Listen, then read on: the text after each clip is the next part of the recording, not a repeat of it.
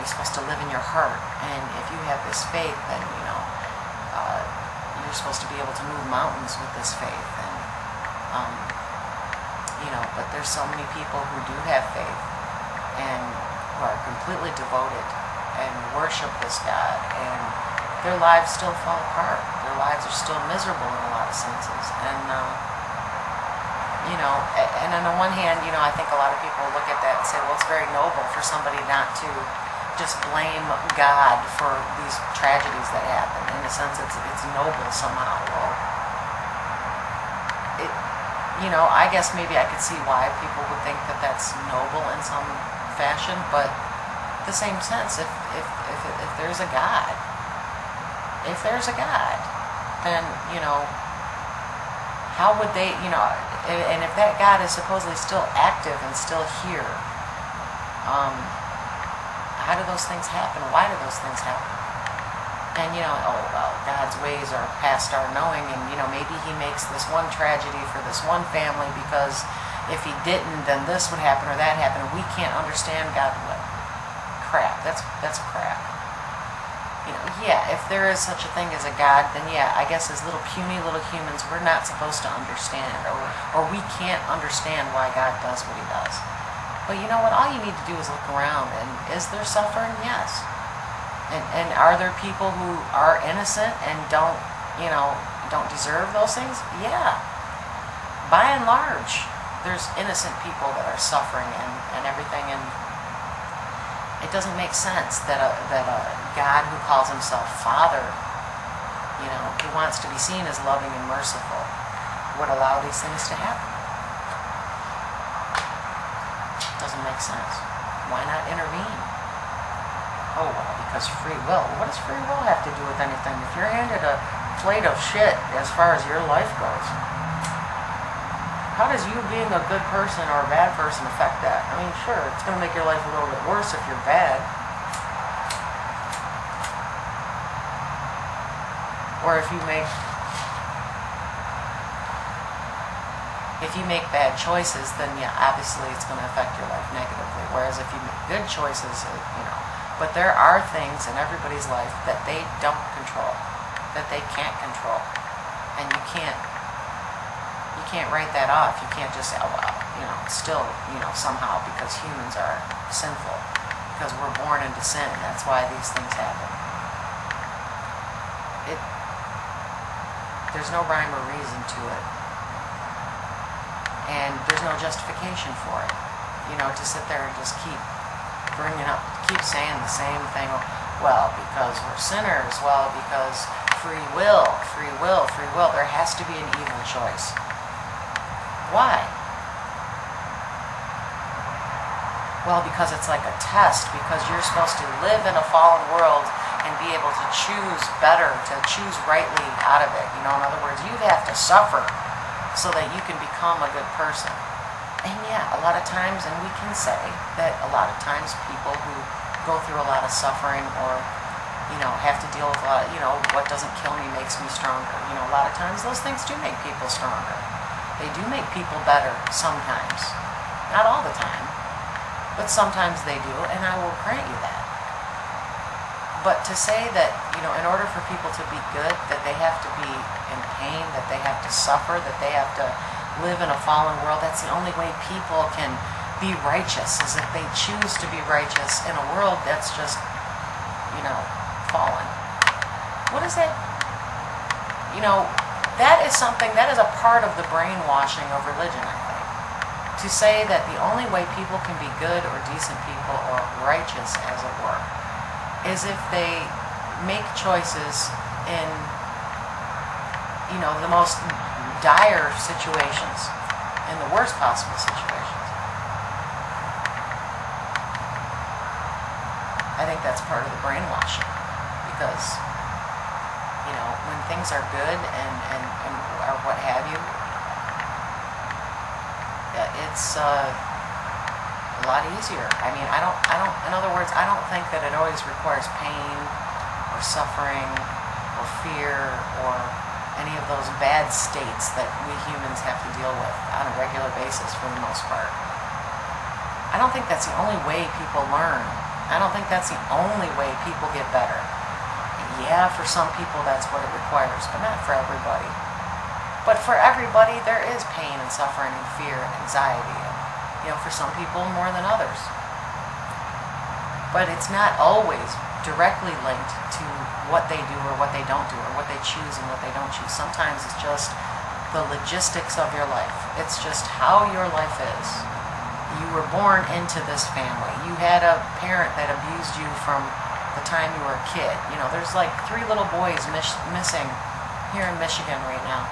And their father, I guess they were saying the father was suicidal and claimed that he dropped the kids off at some woman's house, and now they can't find the woman. And, the woman denies that ever happened. Now he's claiming that he dropped the kids off on some road in Ohio. Tell me, what did these little boys, what did they do? What could they have done that was so terrible that they have to deal with that fate? They could be dead right now. Or they might not be dead. They might be, panicked, suffering, traumatized. Who knows what this guy did to them? Who knows what happened to them? How did they deserve that? How do you continue to believe or worship a God that would allow 3 little boys to do that, and you can just say, well, because we live in a fallen world? God is powerful enough to keep those things from happening. And He created human beings, the good, the bad, the ugly. Supposedly we're all born into sin. This was His system. This was how He set it up for His own purposes, as far as I'm concerned. Because it doesn't serve us. It doesn't serve us. And some of you might say, well, it serves us because if we are righteous enough to choose good out of, even though we're living in a fallen world, then we get to go to heaven. Do we?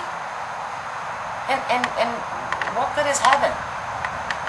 That's after you die. Okay, well, so maybe we do, Christians who are believers and everything, they die and they go to this wonderful place for eternity. Well, so then your whole supposed, this gift that you're given, this life, that's a gift. And it's a wonderful gift also because you have the right to choose. You have free will. You weren't created like this robot that's just forced to believe things. What good is it if for the most part there was pain and suffering and anguish? And even if your life was wonderful, and even if you feel like you just made all the right choices and everything's happy, happy, joy, joy, yeah, you might have bad days or whatever, but for the most part your life is good. What about these other people? What about all these other people who don't have that good, don't have any good, some of them? What about these 3 little boys?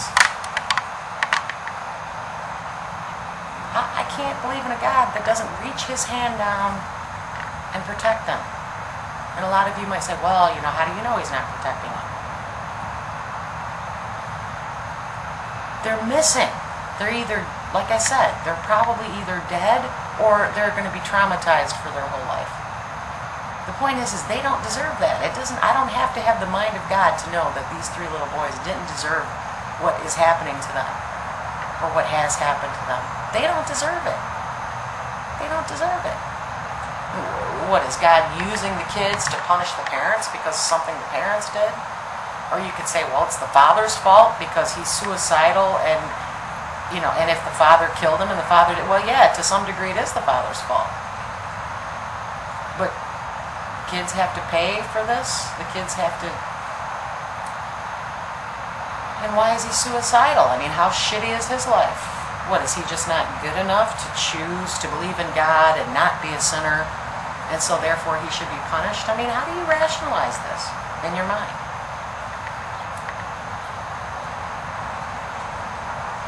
Those kids don't deserve that, and if there was a loving, merciful God, it would have never happened to them. And there's so many, there's kids and children and everything that suffer needlessly. There's people that suffer needlessly.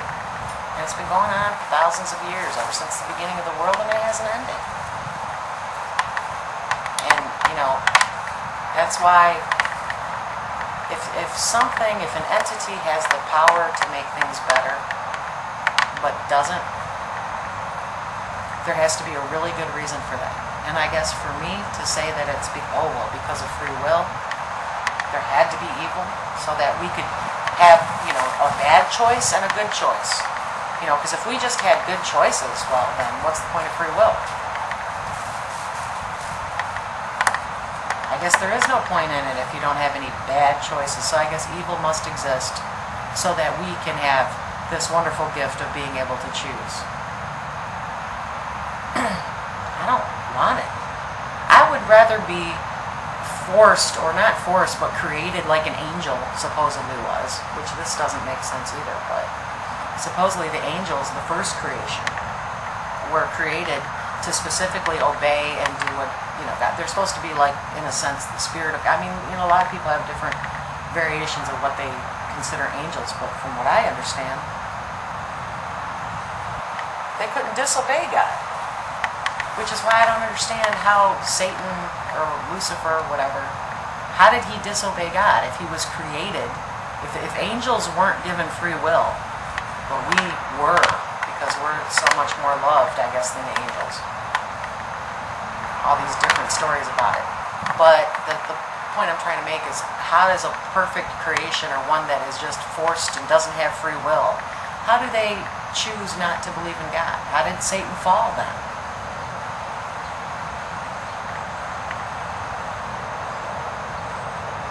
This was a part of the plan, apparently. It doesn't make sense logically that you have these angels that supposedly don't have free will, that supposedly chose not to believe. If they didn't have free will, then they wouldn't have been able to choose not to believe.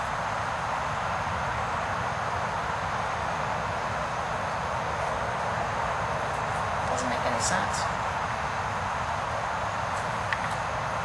So, Satan had to be created. Satan had to be allowed to choose not to believe, even though he was an angel and he supposedly wasn't capable of it.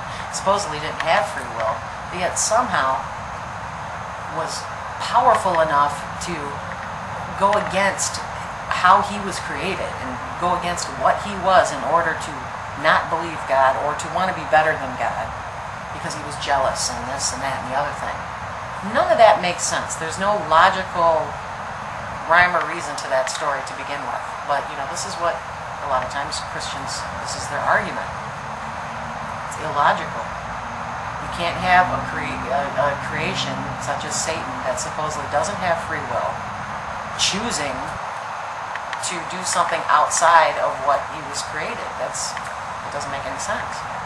So, Satan chooses this. Satan wants to be better than God because he's jealous than God, and he wants to have his own kingdom, and God says, okay. And supposedly the reason why God says, okay, let there be evil and chaos and bad in the world, because I want to give the lovely gift of free will to my children, to my humans. I want them to be able to choose good out of a crappy-ass world. And then, wow, they had the choice, though. They were given the choice, Adam and Eve, and they ate the apple, and if they would have just obeyed, we weren't all there. It was Adam and Eve. It wasn't us. But yet, because of what they did, everybody's born into a sinful world so that they can choose their way out of it, supposedly, and go to heaven forever. It doesn't matter that there's people, though, that don't get the choice. It doesn't matter that, there's babies and children and everything that have to be tormented and tortured because Adam and Eve had the choice, but they screwed up. So now these innocent babies and children have to go through what they go through for no reason at all. Or we could say, well, there must be a reason for it. God has a reason for everything. Does he? And what good reason is there for that? Those children are born just for the purpose of what? Teaching somebody a lesson? They're born so they can be tortured and killed and traumatized because somebody else's sin, because of the sin of the world. They didn't deserve it. And supposedly the Bible kind of goes back and forth on the whole, being punished for the sins of the fathers and everything like that. It's kind of ambiguous on that. Well, man is not punished for the sin. First he is, then he isn't.